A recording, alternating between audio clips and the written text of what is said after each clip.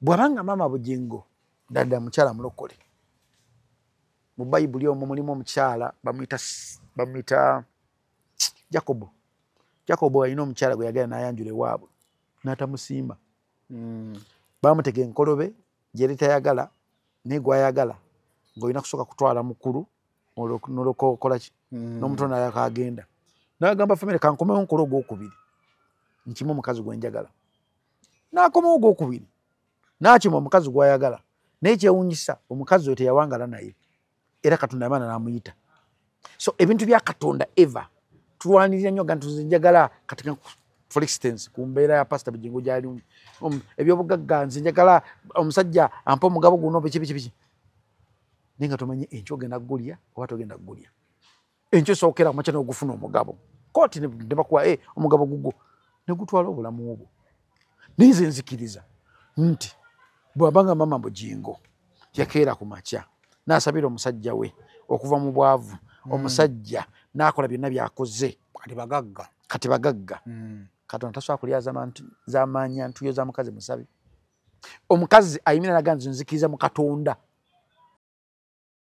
kati bino bigenda mu maaso byemukola entwale zigenda mu maaso Junior bikoze bitya King Saab yalumba bani biri healthy as long as tebiri extraordinary kuyingira mu personality ebinyiza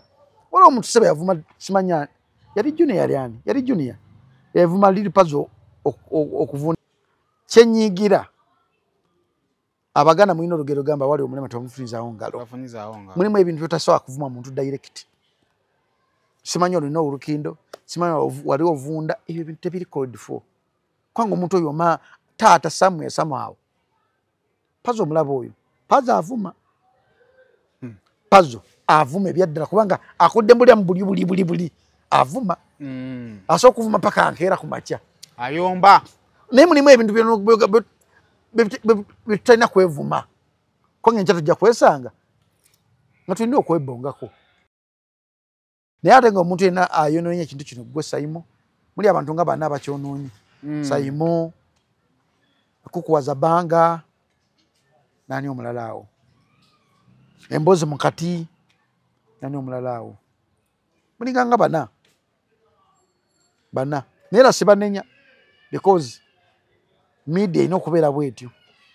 ne waliwo ekintu ekiyitirira. Nana Herbal Mouthwash lyeddagala ettuufu lyennakakasa mu kujjanjaba endwadde z'amannyo. Amannyo gakuluma bw'ossaayo ekyokya oba ekinnyogo gagasanyalala bw'osenya ovaamu olusaayisaayi oba ogayiza ludda lumu. Senyesa Nana naye weegendereza abafere tebakuguza kappa mu kkutiya musange mu famasi zonna. Nana yakakasibwa National Drug Authority. Musuubuzi munnange nawe walina ekirooto ky'okusuubulako e Dubai nenesanya okukwanjulira banno ba Clarion Integrated Logistics Solutions abeesigika era abeesimbu mu kutambuza ebyamaguzi by'okuva e Dubai paka e Kampala e Uganda nga biyita ku mazzi oba konnyonyi ku bbeeyi ejja mu nsawo yo. Twesige ku Clarion tukuyambeko okutuuka wotosobola kutuuka mu bwangu nga kagayise ku mazzi atwala ennaku 18 zokka ate eyakago atwala ennaku 3 zokka okutuukako ku woofiisi yo. Tusangibwa ku Diamond Trust Building omwaliiro gw'okuna akasenge 411 kati osobola okukola oda y'obutereevu ng'oyogerako ne Nankabirwa Sitera ku +971 582 58 79 oba ku WhatsApp ku +256 756 846 772 oba jangu butereevu ku ofiisi zaffe ezisangibwa ku Hamria Port Edeira mu Dubai. Clarion lw'okusaabaza ebyamaguzi byo mu bwesimbu okuva e Dubai paka e Kampala e Uganda mu nnaku 18 zokka.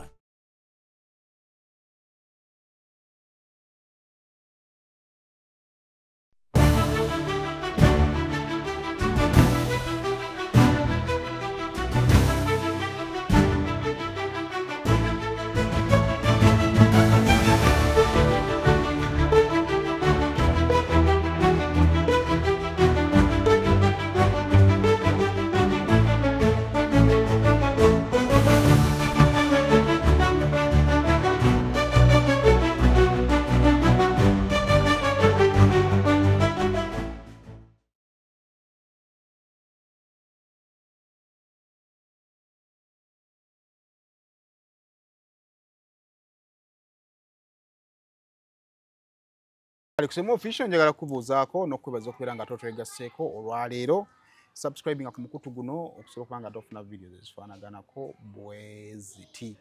Truth Media Academy bakutegeeza gwali eyo ng'omwana atudde waka asoma mba ya graduate nga n'emirimu gikyabuze. Bagamba nti tukusomesa omwana ate ne yeetandikirawo omulimu. Uganda eno yeetaganya abantu batandisira emirimu okusinga abanoonyi b'emirimu. Ate nga ne byasomye byangu buli omu abyetaaga mu bulamu obwa bulijjo byafuuka necessity. Ennaku za social media buli omu agyetaaga, ennaku zino production buli omu agyetaaga. Tugwiriza okukwata kamera, engeri y'okugatta ebifaananyi, okuteekako graphics, animations, digital marketing, web designing, ebintu byonna. Ate byonna nga bisomera emyezi gibeera 3. Tugamba tukwiye ku namba yaffe ey'essimu okusobola okuba nga teweewandiisa kati. Abaagala okugenda e Canada ajja kuba nga tembajjukizaako nti bannaffe African Canadian Foundation conference yaffe eri ku substance abuse and mental resilience egenda ddala mu maaso. Tukyawandiikira ddala abantu bakubireko ku ssimu essaawa zino bw'ayagala okuba nga ate weewandiisa, ayagala okuba nga ate ogenda okusobola okuba nga ate ebisingawo bitegeera. Tugenda conference egenda nga naku z'omwezi 12 paka 14 naye essaawa zino tuwe twewandiisiza kati we tufuna invitation we tusabira visa. Kakati gwe ng'oyagala kutambula mu guno omwaka wandiise kati osobola okuba nga ate ofuna visa, ekintu kyongera nga kikutambulira ddala bulungi. Ono yenna na Herbal Mouthwash, amannyo gakuluma ng'olira sayidi emu, ebyokyo ebinyogo nga bisannyalaza amannyogo, nanagenda mu maaso nga ate omufuna. Ali mu drug shops, ali mu supermarkets, ali mu pharmacies. Tukutegeeza nti ate gwali ebweru w'eggwanga osobola okumutuma omuntu n'amukuleetera oba n'ogenda mu outlets ez'Abannayuganda. Nanoono yakakasibwa naffe aba National Drug Authority talina buzibu bwonna. Kale nawe yagala okutikka ebintu okutambuza ebintu ng'obijja Dubai ng'obireeta mu Uganda, aba Clarion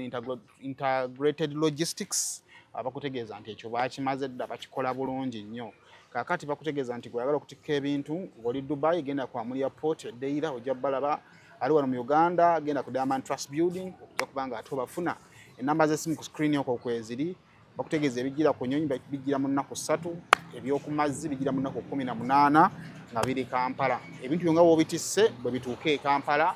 kale banoonyeeko. Ndi wano ndi ne Chairman Jacob Zaate tunyumyemuko. It's been a while nga tunyumya mugambo otya. Senator Bogambo Tosaimu. Mwendi mpola mpola. Mbalamusizaako banyabo ne bassebo amanyi bampita akugizibwe Jacob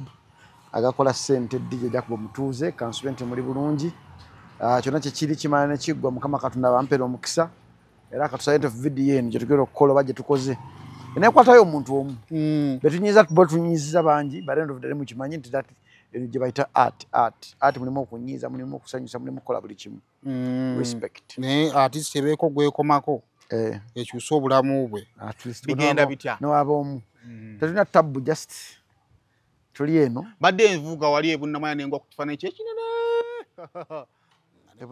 ne principal wali awo mu tawuni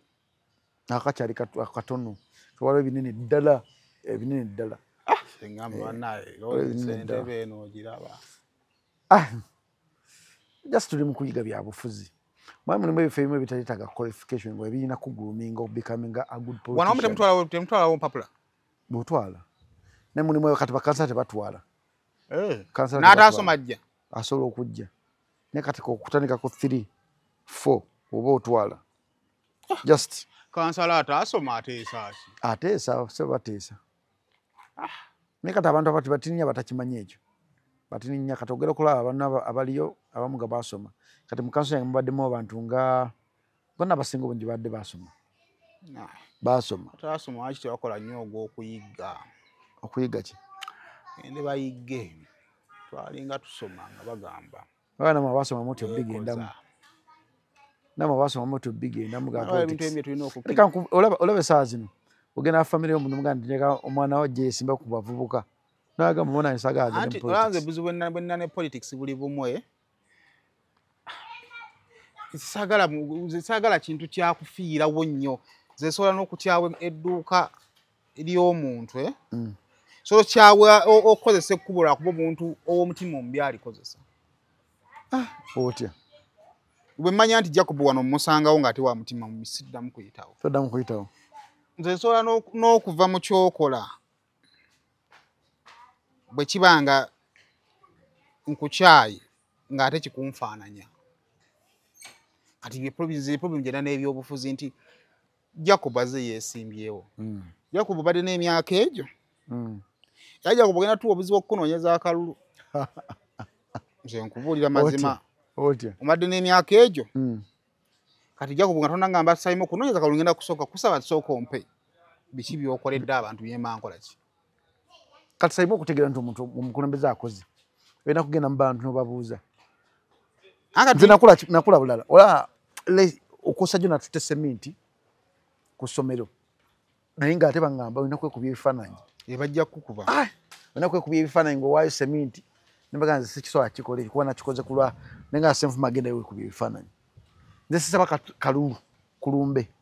Sisaba kalulu mu kufiirwa. Sisaba kalulu mu kyaki. Sisaba kalulu kugamba nze byange nkola ebintu ate ekizibu kya politics kiri bwe kiti nti nno ekintu kimu ekikolebwa sooka ate omukulu ono bagamba ki ekintu kimu ekikoleddwa mu muluka guno kyekitambula okakasa abeeri nti oli mukozi wadde tukolangayo ki kintu kyonna kati ekyo kyokola nankato yakikolanga omusajja najja n'amukuba akalulu mba manyi tesiyambye najja n'amukuba akalulu naye nga mu byaddala mba manyi tesiyambye anko kati abantu beyayambako tebamanyi muki nze problem ya politics nti temuli buntu nolaba oli ng'afiira ku munnaamukuba naye okumukuba kuba ali awo ng'amuwaayiriza ng'amukonjera omuntu ayinza okukubana nga nakukuba naye waliwo omuntu akukonjera n'akuwaayiriza byotakoze byotakolanga n'abiteekawo awo wasanga abantu omuntu ng'ategeera asobola okutegeera nti bibiri byabufuzi bwe twekubidde mu kibiina ekimu kati ate bwe tunaafuluma eri nga NRM kuwaagundi okitegeera ekyova nze sinoonya kalulu mu kyaki sinoonya kalulu mu muzikiti sinoonya kalulu ng'omuntu kyafiiriddwa simanyi nkwate bannange abampita Jacob ngenda kukomawo kuba nzija nenjogera nentambula nengenda okomawo nebagamba kinoomu nkomawo akalulu mba ngenda kanoonya mu kyaki nkanoonyeza wabweru wa kyaki sisobola kuyingira ku kituuti nga nti mpa akalulu nsaba kalulu nedda era naye mba nkoze ekintu mu kyaki sikyogera ku muzira munange mpaddeyo kino ntuukira pasita nemugamba pasita kino kyensobodde nkusaba tukirangira ekibuuzo ekyo kati oba okiwaddeyo angale ekizibu pasita ogwo kati pasita yakutenda obulungi kati munabyafuzi bate kikolera ekyo kibadde kinkole but end of the day zikiriza nti there's a reason to everything which we do behind the closed door or behind the open door munabyafuzi olina okulaga abantu okola olina n'okwekozezaamu kanko ekyokulabirako essaawa zino waliwo omwana ava mu kyalo ky'engobe bajja no ku division maama ne taata we nga taata agamba nti omwana alina ekituli ku mutima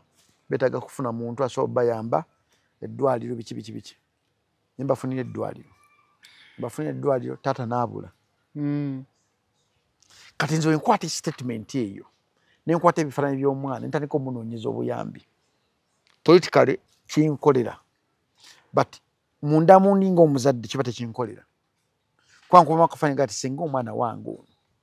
ne buli nnaku sayimo mpayo emitwalo ag'eddagala ly'omwana waliwo omuvubuka bulijjo yakajja n'emirundi eŋŋenda baida yansabye nkugambe omuvubuka oyo God omanyi omuvubuka gwe bagenda kutemako okugulu atambulira ku miggo waliwo omuvubuka bagenda mutemako okugulu okumutaasa obutamutemako omugulu yeetaga $1,000,000 yajja luli ne mwokyayo ekyaga ekyabiri naye yangaye kati jja kubunzikiriza nja ngende mu kamera sagala kubeera mulema sagala kuntemako gugulu okugulu kwe yafuna akantu kamusala n'akagayali nekufuna bacteria kati bacteria negenda kugumba akawuka ako nekatandika okulya eggumba mpola kati jjo yakabidde awo nenga banaye mumpeemu chance njagala kumitinga Jacob wemukubira esimu zange takwata wampadde namaye mugamba kiki nvudde mugundi akawuka kagera kulya eggumba lyange sitekanguya njagala milioni ezo 4 njagala kunyamba simanyi ntuukirire mama Fiina ntuukirire Sayimo ntuukirire mugamba Sayimo nno nga bitabikola SB4 yabikola naye SB4 nayo bikola amala kubanga akumanyi kati nyama ntwalako ewa mama Fiina mugamba sisobola mama Fiina mulabira mu distance eri sikyali wange nnyo kiri awo nti mulaba bulabi ate kikulu mama Fiina wa NRM nkutwala essaawa zino ndi mu bintu bya Fiina siwe NRM wa bonna nedda ssebo tumanyidde mama fina NRM mama Uganda kale mama Uganda so musajja wattu ng'apoocha ne muganja kugamba ngenda kwogera ne Saimu wanaba asobodde ajja kuwa obudde kubanga Saimu ne mama fina bali biti nimbye sebo temuli muti abali mu comment section nga bakubuulire gwe SB mulimu abantu be media personality bemanyi nti mikwano gya mama fina lukulwe gwe SB4 ne kasuku oyo nenga wambagana mutema ko kugulu kibi nnyo monna sene ebizu biringa ebizu So, owaye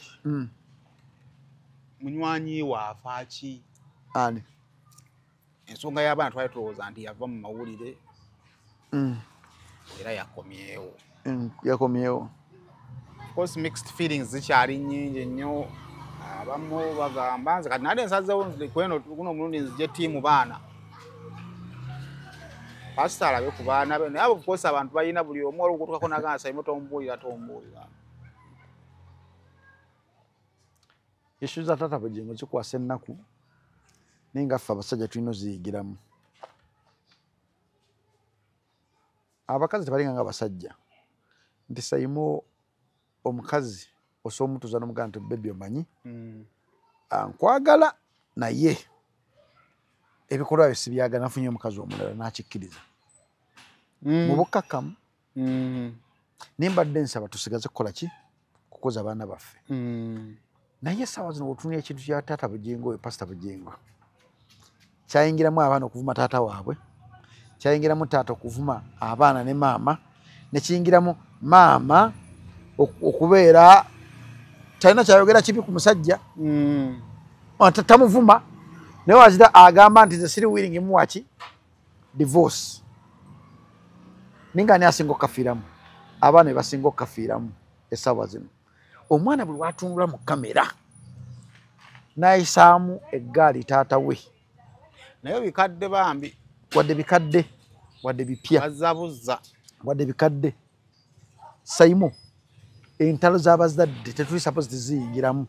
era yali nsobi mu mutandikwa maama Bugingo yandibadde asookera ddala n'agamba abaana be nti ebizibu byange bye nnina ne taata wammwe byange na taata wammwe tebirina bye bakwatirako era mbasaba byonna bye mugenda okukola nga mugenda kwogera mu midiya muwe taata wammwe ekitiibwa naye we nalaba vidiyo y'omwana ng'ali ku taata wa mukola waati nakakaserenga nti yes tuzaala mibiri tetuzaala myoyo nti emyoyo tosobola gutegeera naye omubiri gukola ekintu n'ogamba omubiri tikyewuunyisa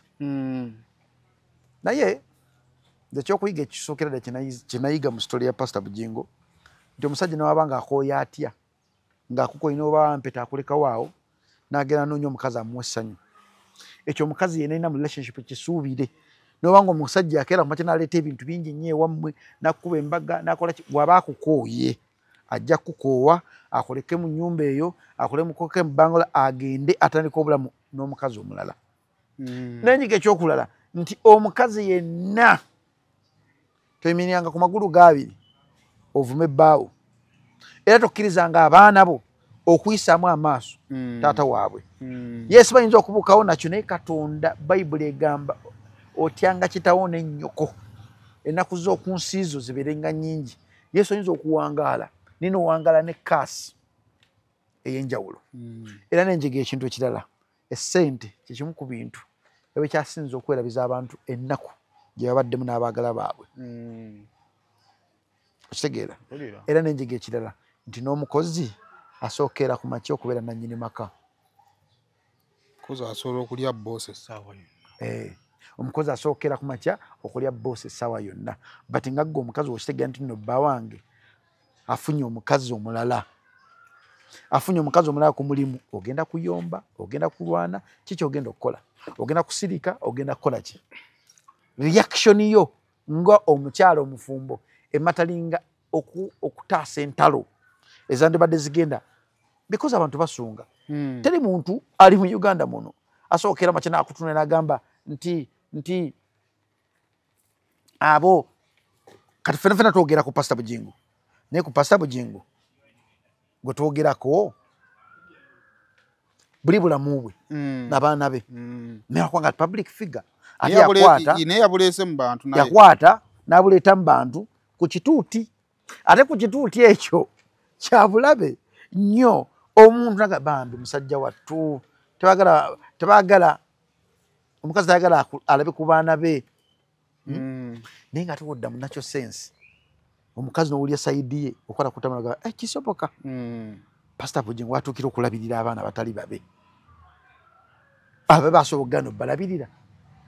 noga ebyabagalana tosangayo kikyo ozeka busisi nogamba katulabe firimu gyeneggwera naye nga mama Bugingo nze kyemusaba kintu kimu kyokka nti bwebanga waliwo chance taata Bugingo okulaba ku baana be agimuwe kakati Jacob waliwo bintu mu mboozi eno waliwo ebintu ebimu ebibuusibwa amaaso maybe lwakuba nti tebiri mu public waliwo divorce application egenda mu maaso as per the update ya divorce eyo akattu kaayo kali ku bintu bya bugagga ntegeera oluuyi lw'omukyala lugamba ebisibo ebyobugagga byokka bye twalina omukyala omwami ye yapulizentingako ebiki ebimu sayidi y'omukyala negamba obanga tosobola kutuwa kye tugwanidde then tojja kufuna ki tojja kufuna divorce ekyo omusajja tajja kyogera omukazi tajja kyogera olwa enzikiriza yaabwe oba ontegeera omukyala yagamba nze sigaba divorce oba okitegeera n'omwami tajja kujja openly kugisaba lwa nsonga nti musumba kati tumayizanga tebiri discussed ne bw'ogenda mu musango waabwe n'oguwulira problemu yaabwe eri ku kintu ekyo ngabana bwe mumala okukkiriziganya mu ngabana mu process ya divorce n'abaana abakyalina obuvunaanyizibwa abakyetaaga okulabirira kwammwe kooti erambika bagenda beeranga waani sayidi endala n'abalabako ddi kirambikibwa okitegedde bulungi then nina limits nti engeri gye tubawadde beyiro bwe toddamu kwogera ku linnya lyaki lyono nawe toddamu kukola ki kati mu kaseera nga waliwo ayagala okulaba ku baana naye nga waliwo beyiro eganya okutambula olw'emiziziko egiteekeddwawo thats this just okukaaba kuno kusigala ku kyawa amakulu ng'ekituufu ekyokukola buli omu akimanyi kuwa amakulu because pati emu atugere ku Pastor Bugingo nti Pastor Bugingo nga ye wadda ku kituuti n'agamba aludde okulaba ku baana be amisinga okulaba ku baana be tukize tugaane waliwo omusajja omugagga ali eyo akabanga Pastor Bugingo waliwo omusajja ali eyo ng'amwavu akabanga Pastor ki ku katuuti kimukolera bulungi nnyo because akatuuti ako olina okubeera ng'obala buli kimu kyogenda okwogererako era sisuubira nti Pastor Bugingo musiru nnyo okera mu kyokkwata microphone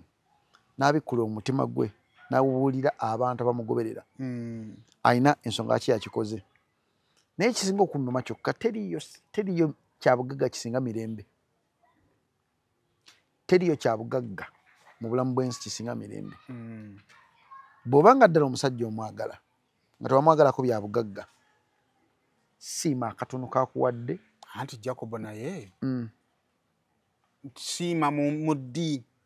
nga tewali obanga weebiri kansukire Musaimo teriyo byabugagga ku nsi birita mirembe omuntu asobola okukuwa bangalo eyo naga nti nomanyi mu byobugagga kati kutwala bangalo yegundi nange ntwala yegundi within a short period of time neggwawo naye emirembe kintu kikulu nnyo mu bulamu bwaffe Saimo bw'oba oyagala bw'oba toyagala ate mmanyi nti omuntu yenna nga Katonda yakugamba nti nojja kubeera ekintu ojja gaggawala ojja kubeera ekintu teriyo muntu asobola kulinnya mu kisago ekyo nakyo kikkiriza bw'abanga Mama Bugingo ddadda mukyala mulokole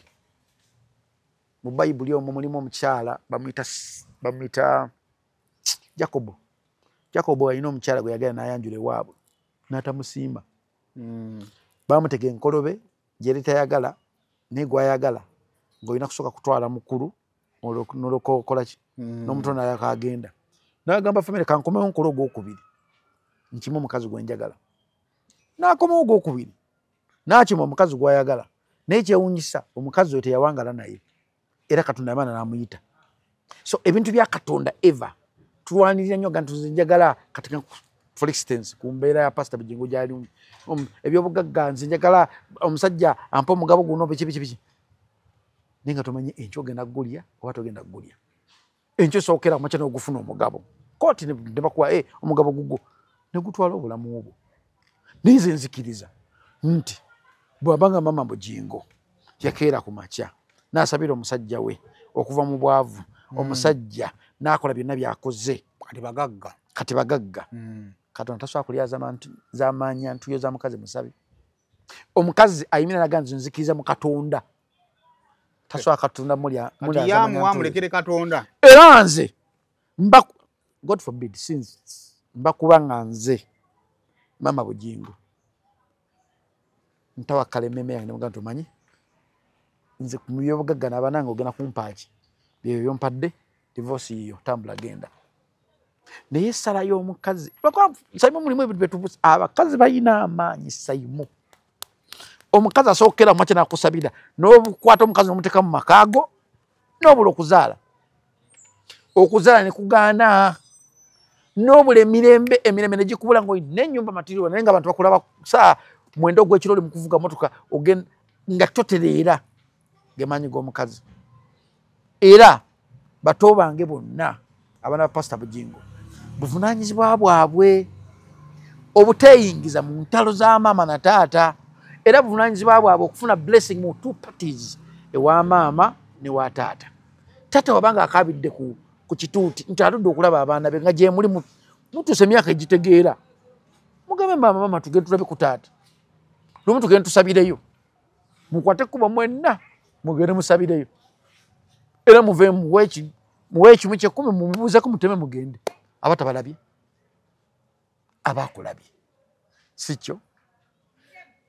emirembe Saimu ku nsi kuno tuliko kufu ebintu ebyo tuli okwagalana tuli okufuna mirembe emirembe egikubula n'okwagalana tegujja kukola makulu ojja kubeera mu nsi nga bagala baba abantu bonna bagalana but end of the day nga temuyina mirembe abantu nga mufunye ekitiibwa ky'oku nsi naye mubeere nga ekitiibwa kyewugadde nga muzze mu kisenge nga muli babiri nga temusobola kufuna mirembe egyo. Nze ngamba kibe kyakuyiga eri omukyalo omufumbo n'omwami omufumbo nti bw'okeeranga ku makya n'okwata ekkubo n'ogamba nti omanyi mukazi gwe twemaze w'omukazi bimugyamu kubanga onyonoonye ebbanga lye tekyali musajja munagenda mukwana abaana bakuzaalidde yayita ku mugo gwa ntaana okutuusa abaana bonna bwe bali muwe kimugyamu kwata ekkubo muviire. Nze nebazaako tatange ekintu kimu kyokka tatange yali talina mukazi waka naye kasita akuzalamu abaana aba ng'alina okuzimbira ennyumba nga y'abaana baabo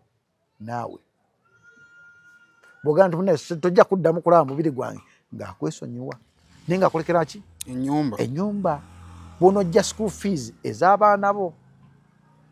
in case of anything. Era kyova olaba nti basinga omazzi agenda kwolekera nnyo okubeera abangi mu Uganda reason being bataata batono batini nnyo bebagulumiddwa okubeera bataata naye ogenda mu structure z'amaka essaawa zino structure z'amaka ojja kusanga omwana nga omusajja amukolako akantu we kati ng'akwata ebintu binaanaba naddayo ewaabwe naye gwe weebuuze bajjajja baffe bamama baffe bafumba batya okulanga nti ensi bagimalako n'osanga omwana ng'alina emyaka 28 naye nga alina abaana 3 buli mwana ne taata we egye twolekera nti bataata bagenda kubeera batono ne bamama bagenda kubeera batono. Tugenda kutuuka ekiseera nga okubeera omuzadde nakyo kiringa nga kikolimu gye tugendeyo mu maaso era tujja kutuuka ekiseera gavumenti etuteekeko omusolo ku baana betuzaala bw'ozaala abaana abangi gwe musolo gwe wejja okukaliga ekya science nnyo gwe tunula olabe woza science naye nga kyonna kyekiri tusabire Pastor Bugingo ne mama Susan wamu ne mama Teddy batuuke ku nzikiriziganya kubanga byakulabirako.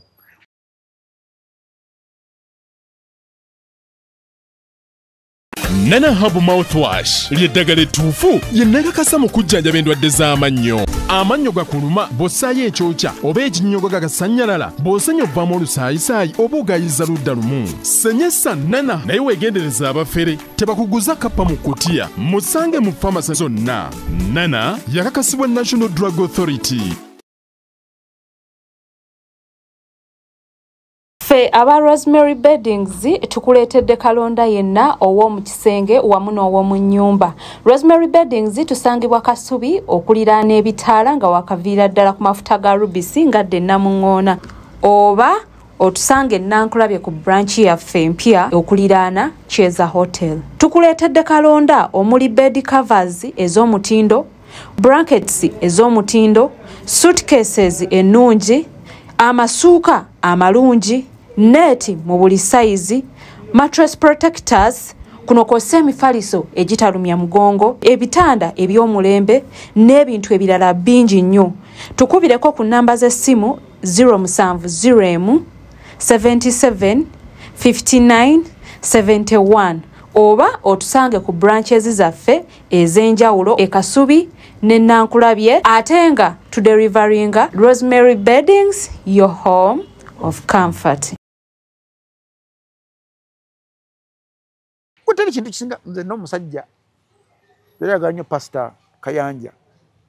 bajasabira Pastor Kayanja naye olunaku abaana bwe baayimira ku magulu ne bagamba nti Pastor Kayanja musiyazi. Omusajja yataddangayo okugera mu kyaki yagikyawa ne mubuuza wali ogenze kusaba muntu yamenyeka omutima n'agamba Jacob bwe ndaba Pastor ng'ali ku kituuti akutte microphone ndabira ddala ebigambo by'omwana bye yayogera nti Pastor Kayanja musi ne mugamba wakirinze kooti n'esala musango ngamba nze kaaki kati z'abalokole nzivuddemu n'ensonyi kansigale kukola ki kusabira waka. Waliwo n'omukazi yayagala nnyo Pastor Bujingo naye kati takyasobola kukeera ku makya kugenda ku kyaki kusaba. Lwaki? Reason nti yafuna okumenyeka omutima wakati w'enjawukana ya Tata Bujingo wamu ne Mama Teddy. Ye yali abatwala ng'ekyokulabira kulanga nti njagala kubeera nga kati njagala kufuna omusajja asobola okubeera ku nnyo. Yava ku Bati Valley. Yava ku Bati Valley paka ku gundi eri gye bali e Kanani. Bwe byatuuka awo ne byahapeninga n'agamba nze kyaki z'abalokole nze maze sijja kuddamu kusaba. So abantu bano tubatwala ng'ebyokulabirako ng'ebintu ebyenjawulo naye bano bantu nga ffe bafuna okusoomoozebwa bakwanibwa bakwana bamenyeka omutima bakola ebintu bingi nnyo naye tubajajinga nnyo because beetisse title gye bayita okubeera pastor mukyala pastor naye tubeera nti nabo bantu kubanga abantu bamulya mmere tebalinga nga Katonda nti Katonda takola nsobi bamulya mmere tukizibwa okukola ensobi n'ogyenenyiza n'ogyetondera. Yensi yaffe gye tulimu naye kwebeereramu nakusaba nnyo nakuyigiza abantu nti togenda kusaba pastor agenda osabe Katonda kubanga pastor onoogenda okusaba pastor n'akola ekintu kyotakkiririzaamu ojja kumenyeka omutima ate onoomenyeka omutima ojja kuddamu butaddamu kukkiriza kintu kiyitibwa kyaki. Abalowooza nti nno omulanga gw'abaana si gwa ddala Musumba alina bye yeenoonyezaamu ebyabwe okirowoozaako ekisookera ddala omulanga gw'abaana awo guli tricky kubanga bajja kugamba okaabira abaana gye babeera omanyiyo tosobola kwagala kulaba ku baana abo ne bakulema ffuna okujja ku kituutufu otugambe nti bagala kulaba ku baana abo nga mulimu omuto omu abalala bonna bakulu abamu bagamba nti pastor ayinza oba alina bye yeenoonyeza ebibye. Pastor nga ye nagaye talina wate kubanga alina ensonga lwaki yakedde ku makya n'ajjayo ekyabaana obutalaba ku baana be nga kiba tekituuta ebbanga tekikola tekivaayo naye kimala kukutuukako n'okutegeera obulumi bw'omuntu. Ffe ba media personality obulumi bwaffe tubugire nga tuli ku kamera, ba pastor obulumi bwabwe babugjayo nga bali ku kituuti. Kiyinza okuba nga kituufu nga si kituufu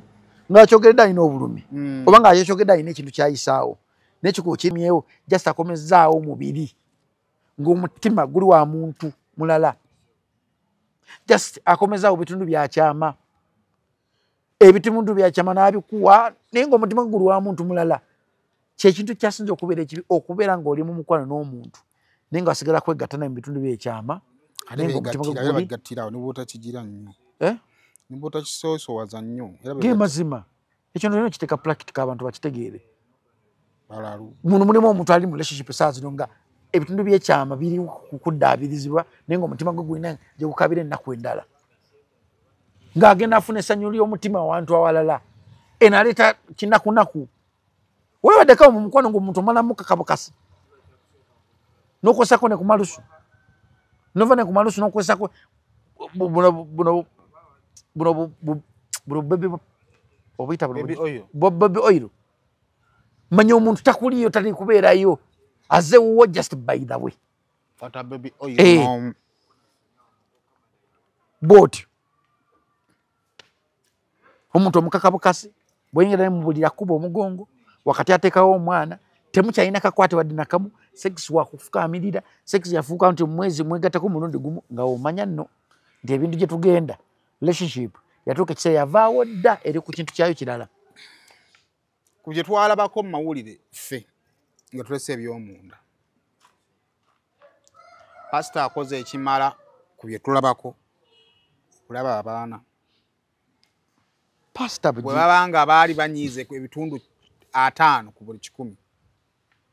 talinayo byakoze birala biyinza kwongera kunyiiza mukazi nga bisinga atusatayimu nga yagala okulaba ku baana kiri open kuba abantu basobola okuyomba olw'obusungu olwebyo bayitamu but with time nemugenda nga mutandika okukakkana mpola mpola ku bibadde bigenda ku coincidences zibadde zigenda zimaaso nga zitambula pasita byabadde akola bimuganyisa okumuwa ku baana abalaba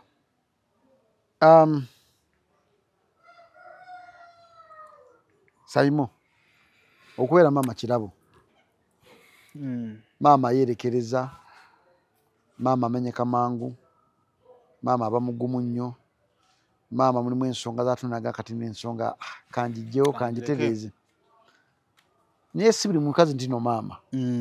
era n'okubeera taata kirabo si buli musajja ntino taata pasita Bugingo nga ye byakola biyinza okuba birumya maama Bugingo Teddy naye buvunaanyizibwa maama Teddy okuteekawo embeera egamba omanyi enough is enough kanfuuka omusire mu relationship eno nanti oyagala abaana bo kubalabako kambakuleetere Teddy ng'omutisse bingi kubanga mukyala maama yeetikka ensi abasale tugwanidde kubaako kye tufiiringa maama yeetikka ensi maama yeetikka ebizibu by'ensi maama yeetikka ebizibu bya relationship maama omulimu gwe omukulu kwe kubooninga ensi kati ye Church Republic ate n'ekirala bakwanze nde ebintu biraba bulala si buli muntu ena alaba engeri gye ndabamu ebintu pasita Bugingo alina ensobi ze ng'omuntu naye tulina okukkiriza Saimo nti omwana takuzibwa muntu ogwo bakuzibwa abantu babiri maama ne taata ani aba mu public alaga nnyo nti no sikola ki simuwa baana olunaku lwa leero kamutwalire abaana ku church nsabeyo ndabe kyagenda okukola kati netedi naye adde mu mawulire teetaka kudda mu mawulire abatwala abaana ku church basabe bonna bagende balebayo 10 babuuze taata waabwe abaze emmotoka abazeeyo gye babeera as simple as that abo bati bafunye mukisa kula ku taata baba bazzenga basabi taata kyayagala abaana bajjeko ewaka bamuweerezeeko balye ku kyalidde ng'omuzadde yenna mulimu ebintu byetalina kenda macha kupapirira ng'olina bizi bikolera musingi mpola mpola omwana ng'omujja ku maama we tusobola mujjako olina kuyita mu mitendera ng'ogenda omutegeka kanko ekyokwerabyako Merisa omulaba Merisa muwala wange nkuze nnyo naye okusenga ne maama we naye sobola kuteekawo embeera mbi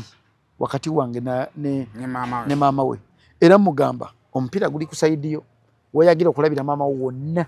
ngamba ng'ogamba mwana yes nkutwale mbasiso kutwala nkuwa amajjo ogenda okulaba ki olabe mama wo saagala obeere mu nsi nga tomanyi mama wo nga tomanyi n'enamba ya ssimu ya mama wo kwetukize tugaane Saimo teri muntu amanyi nti nkyogera kubeerawo bwe togenda kubeerawo waki ensobi ezaakolebwa ng'oli mulamu tosazikola ng'oli mulamu waki olinda kufa waki olinda kukeera mu kyakuteeka mu ddaame ensobi zino zaali abantu babiri tezaali mu kooti abagwa mu mukwano ne bazaala abaana era buvunaanyizibwa bwabwe okunoonya solution okugjawo ekyo mu bantu bakyekoleko nga abazadde ababiri era mulimu gwa mama Bujingo ne tata Bujingo okutereeza ensobi ezo mulimu gwa mama Teddy ne pastor Bujingo okutereeza ensobi zaabwe ne zirema kutwaliramu nnyo baana kubanga zitwaliramu nnyo abaana bambi zibakosa n'abaana bagenda okuzaala zigenda bakosezaamu kubanga ekikolimu si kyangu ekikolimu kizibu era ekikolimu ekikwata nga kikutta omwana n'abaana baalizaala kye kijja bakwata ekikolimu ekyokugaanibwa ekikolimu ekyokuvuumibwa ensi ebikolimu bingi nnyo abazadde byetuteeka ku baana baffe naye nga tubitaddemu because love eweddewo ensi yaffe yeeyo tulina gigumira bugumizi nze kyensaba enkya Sande ate kino ekyokukatuuta ekyokulumba omukazi katuuta tekinyiiza baana kinyiiza abaana kuba nabo bantu kakati pasita asuubirwa atya okucanyuka n'abaana ng'ate abaana maama gwe badde babeera n'ebbanga ddene si musanyufu olowooza ne sayidi eyo pasita talina kukkiriza oluyi luli aluleke your point is clear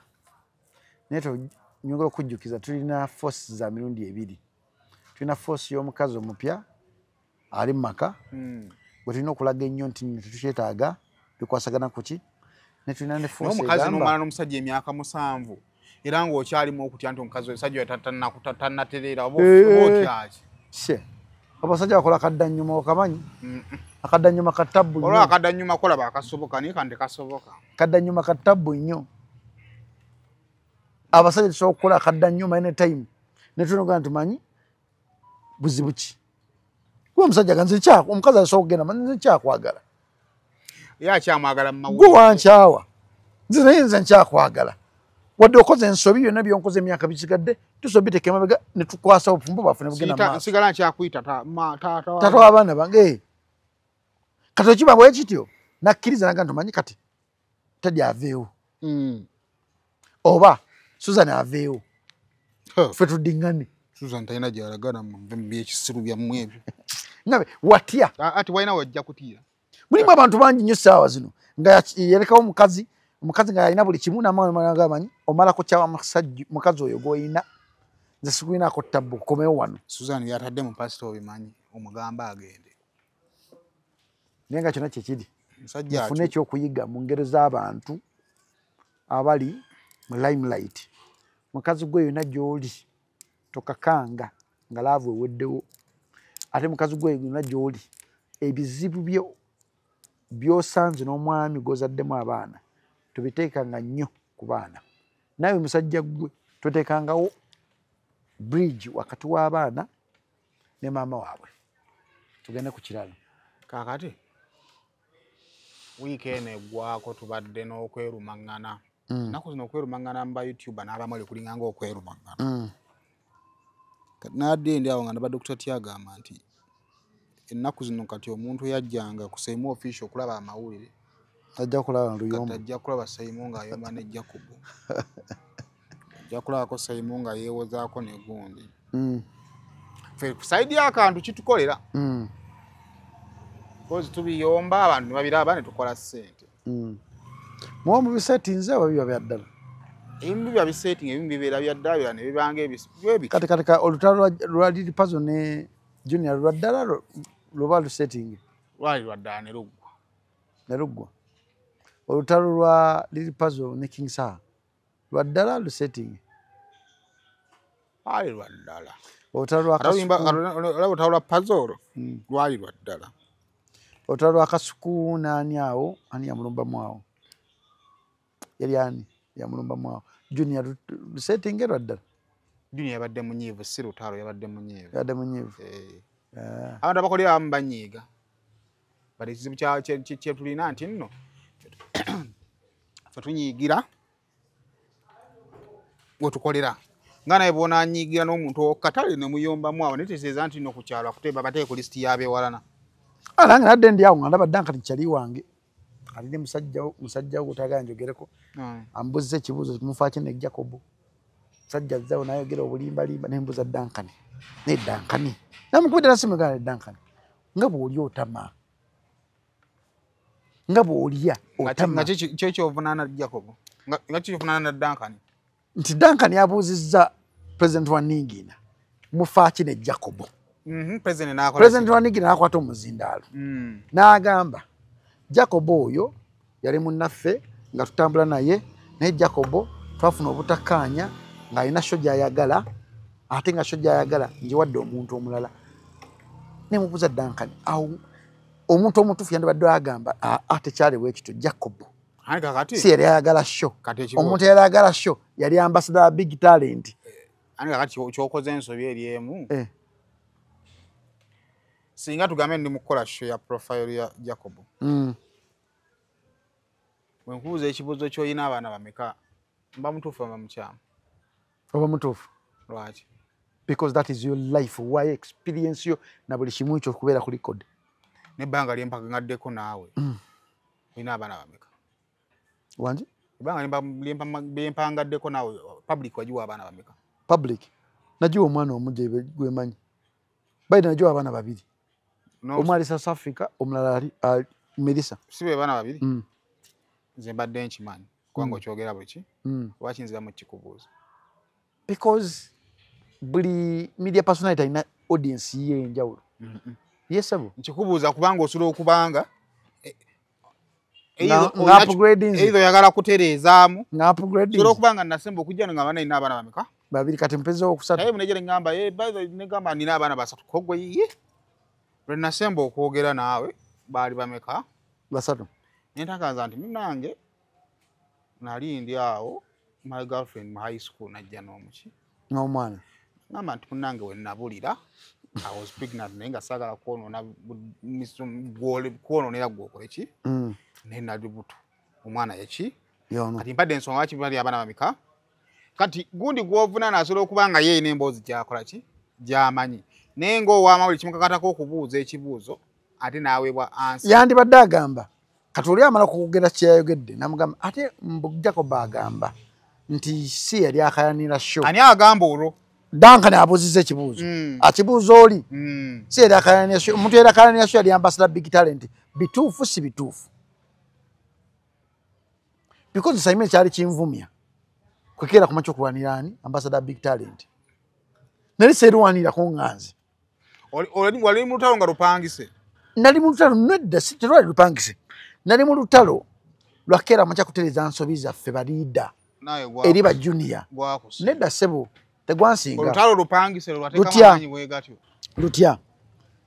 bwenkera ku macha nemba na lutalo nembera no tugeze bwenkera ku macha nze naawe netufa nga tuli mu WhatsApp group yaffe omuntu najja n'agamba manyi Saimo okutta ekintu kyansuubiza ate okiwaddemu omuntu omulala gwe nojja Saimo n'obusungu obuyitirivu nnyo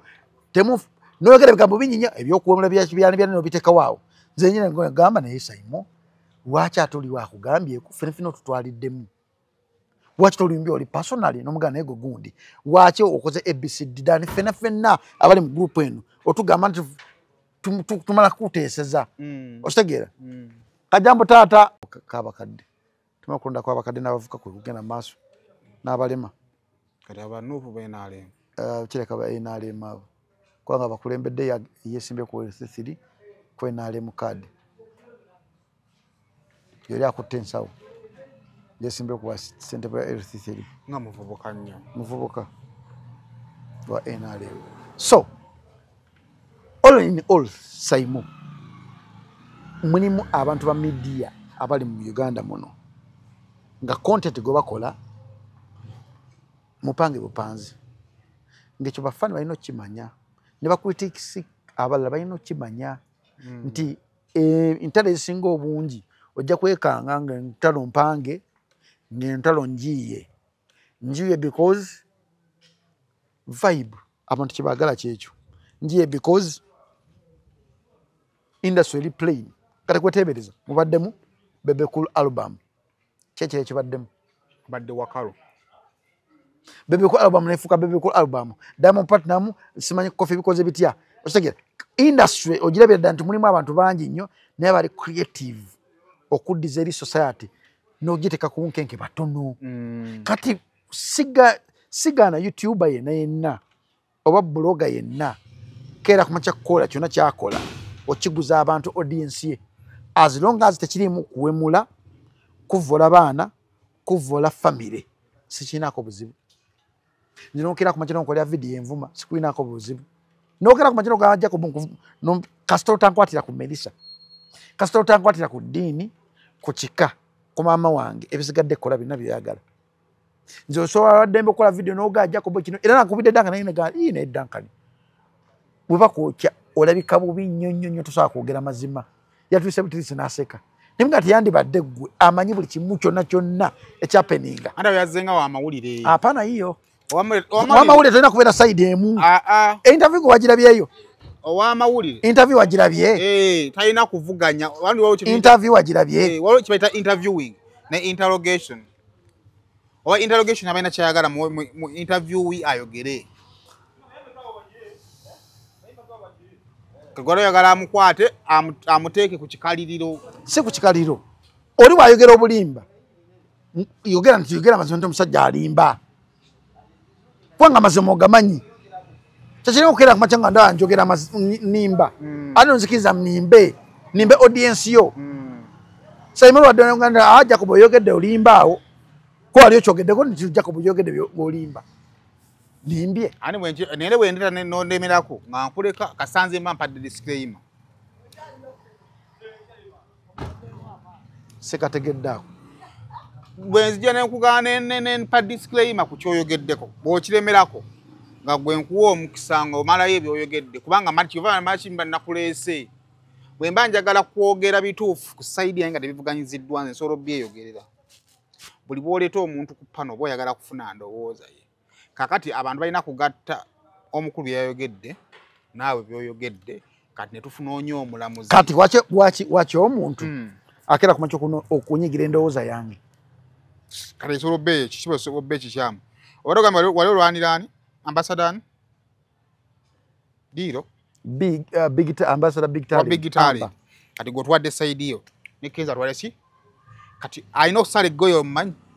ambassador Big Tali tasobola kuvaayo singa kakutanda n'avaayo n'agamba nti Kenzo amutuufu kati gwe ne bw'oyita pap tasobola kuvaayo kubanga amutya nnyo kubuuza ani kati kyekizibu gundi agezezaako omujjako interview nawe gamba azisigira mu kamera naye nja byogerako TikTok naye ngaze I was just fighting for the right of a person eyakola omulimu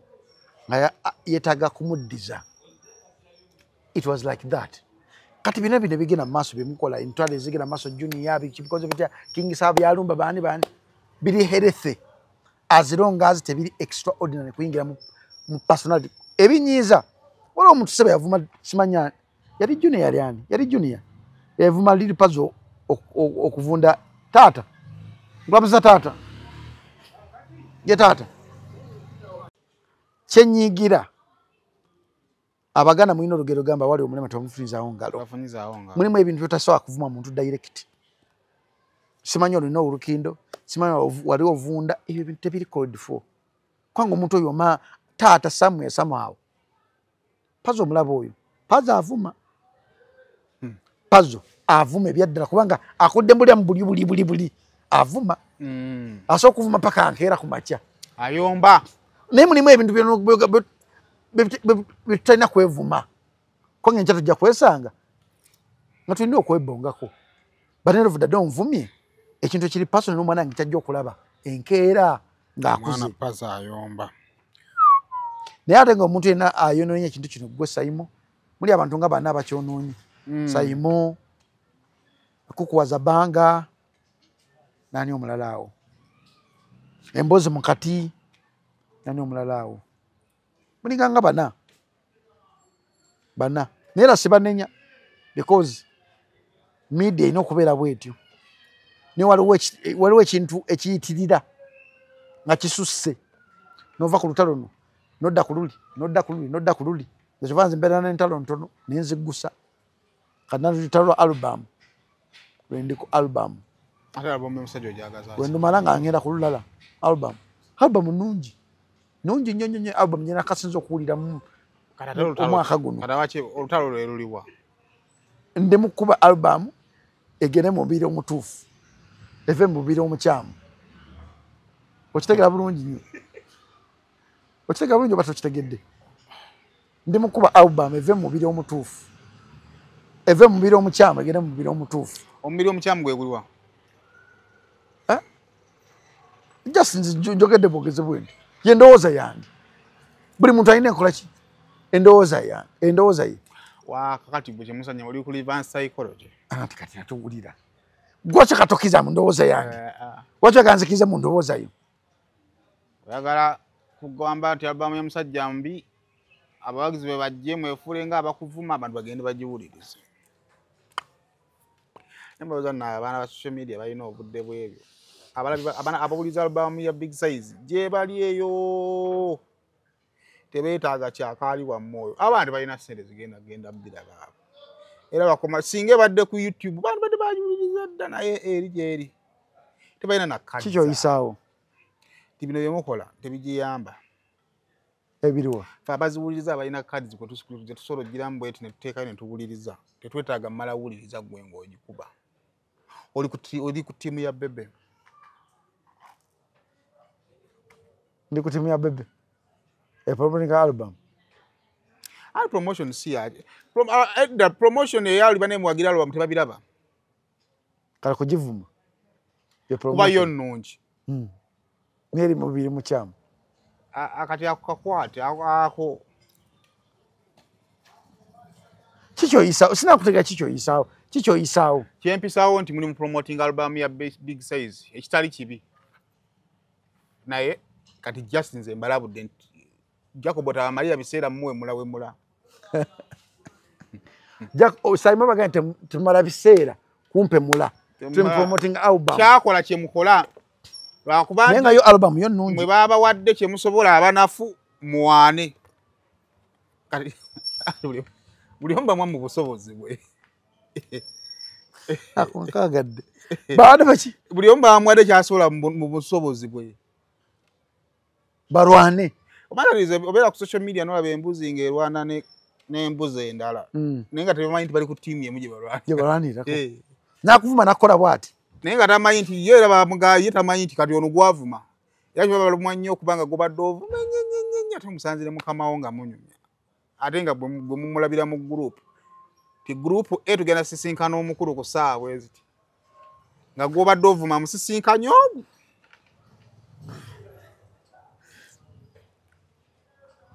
Saimo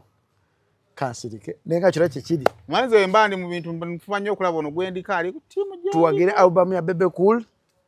bakwagere mubiri mukyamu ekisajja kulekerawo kyogera senga album yadde mubiri gwa Joshua Baraka yandibadde massive andi ekyo kyoli mu kukola kibanga kugamba ki banaye mukazi alizaala ebyana ebirungi banerabe kino wekirigita lwakuba mukadde omugaso gw'omukyala ki kuzaala kati obukadde bukola dinga yazadde ebyana ebirigita kati gwe kyokola album nnungi buli kimu ekiriko kirungi lwakuba yagiyimbye mukadde album mbi album nnungi netesobola kuyitinga international abayimbi nga Bebe Cool tesobola kuyitinga international album nnungi netesobola kuyitinga international tekiri ku muyimbi kiri ku ki factors zijja bandala gigi emyaka factors that is the number one factor yadda that is the number one factor bwogenda ku research bw'abantu abakyasinza okutunda ennyimba online globally that's the number one factor age matter musically nowadays emyaka mu kuyimba gimatalinga challenge eriyewo eriye Bebe Cool abafulumya music we amufulumya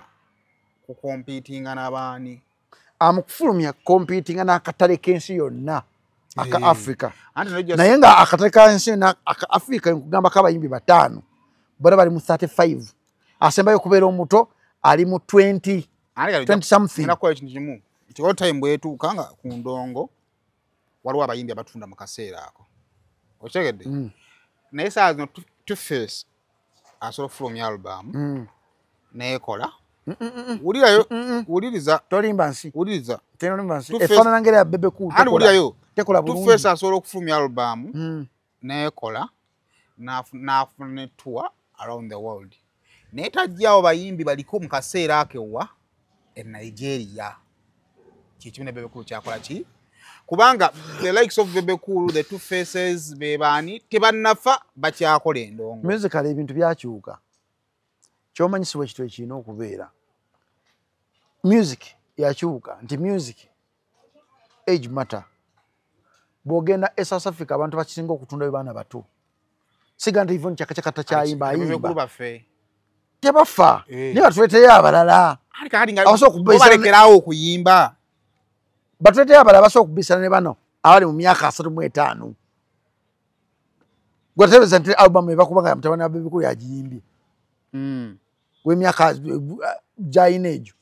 namutekamu support yo naye namutata we gyayinza okweteekamu nze kyendowooza point yo binagyogerako nadda Bebe Cool aleeteyo abaana twasonga nti takyasobola nsindika gano waliwo abantu abamu nga kati olina kulya ku bikwogerwako nti albamu eyo singa tugambe Baraka yagiyimba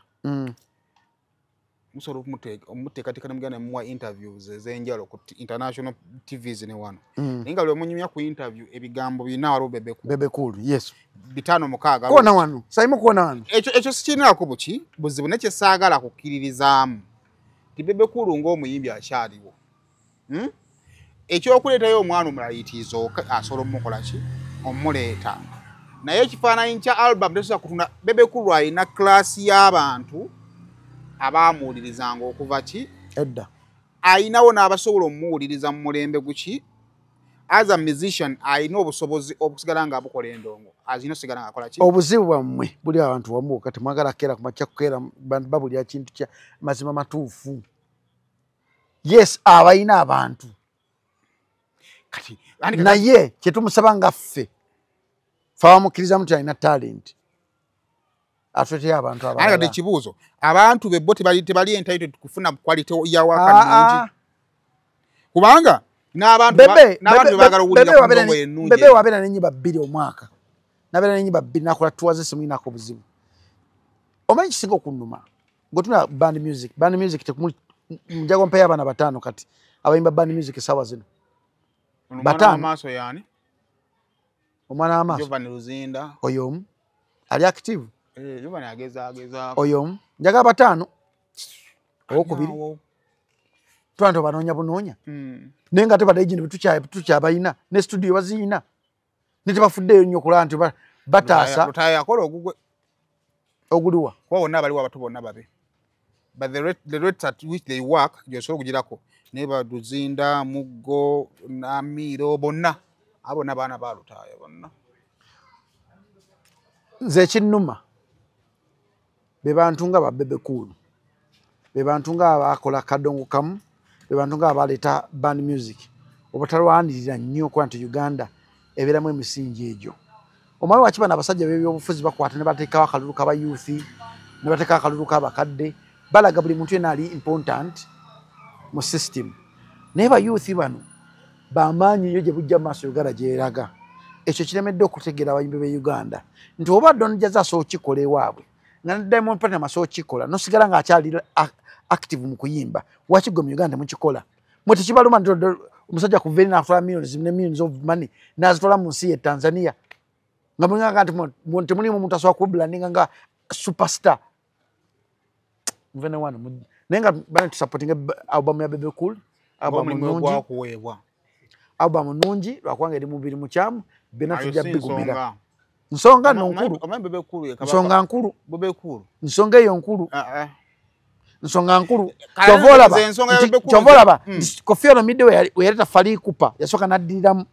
Fally Ipupa n'ayitinga amala kuyitinga then Koffi Olomide n'alyoka akomawo naye teri kintu kisinga kubeera kibi kusanga Bebe Cool ng'alanira stage yemu ne Alien Skin n'akola ebintu Alien Skin byakola najjamu saafi n'agiteeka eri Bebe Cool ogiraba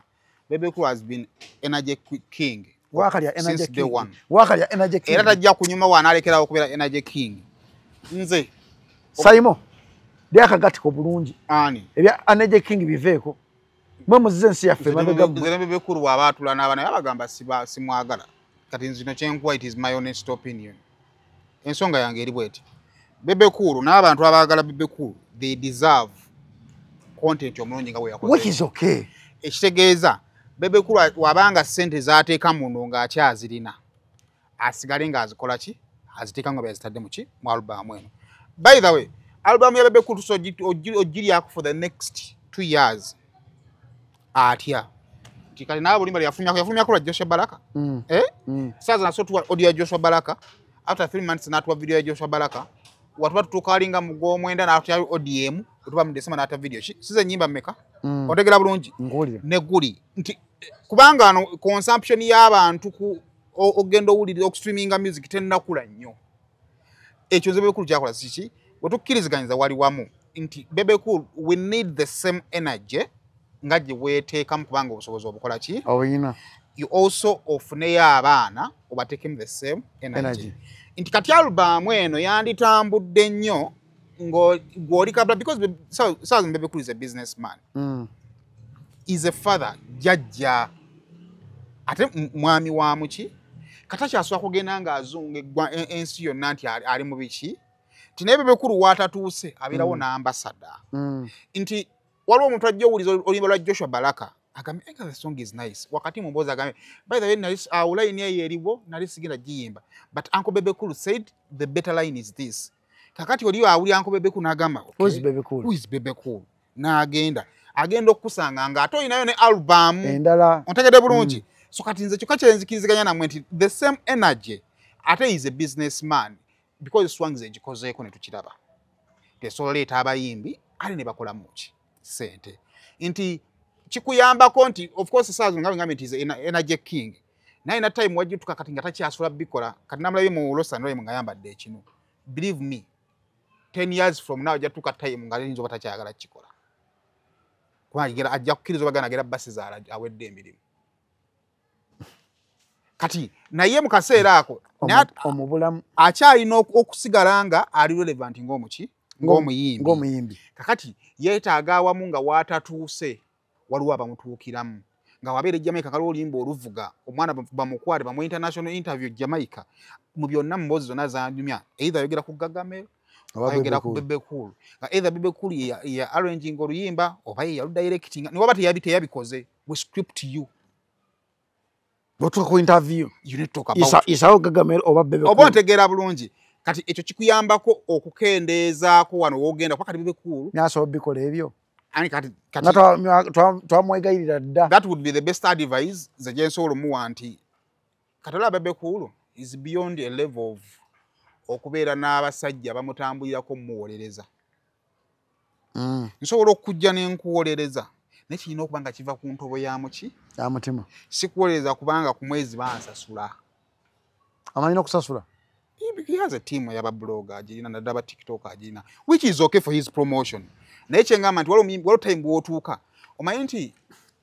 kati ng'abasumba osobola osanga abasumba abo ab'amaanyi ng'alina omuntu amuwolereza naye ng'amuwolereza a friend ye yamulaga nti oyo musajja mulungi osobola omuwolereza nga gwe tomiitinga nga musumba oyo in person okitegedde kati Bebe Cool bw'alina obbeera nti abaana bana abajja balinkinga ku tiimu Gagamero mwe mujja abawolereza Bebe Cool naye nga bakubuuza nti Bebe Cool gw'ofiirako mmanyi nga tamulabanga nako ekibuildinga empire ey'omuntu atamanyiddeko wagimenya naye obanga bano abaana basigala bali mu saako zo nga ali mu saako za manejjawo amanyi nti atandika osanga n'omuntu nga yeeyogerako kati olaba eyalubamu bwe soogera tegenda kutambula kubanga yalabako nga ayogera mu alubamu emu neyekola ki neetambula nze kyekyo kati naye kino ekyokutuwa quality omulungi the body is right. The body, now we are not on the same page. The body is not right. The body is right. The sound is good, but the body is not right. Ani kasa body asobola okumwaliriza n'ayimba music omulungi. The body is not right. Tukize tuganye. The body is not right, but we support. Let us support Bebe Cool. Twagala album yetu streaming, to downloading, kyokka kye tulina omuddiza. Kubanga musajja yatobedde ddala endogo yaffe. Mukama Katonda abankuumire.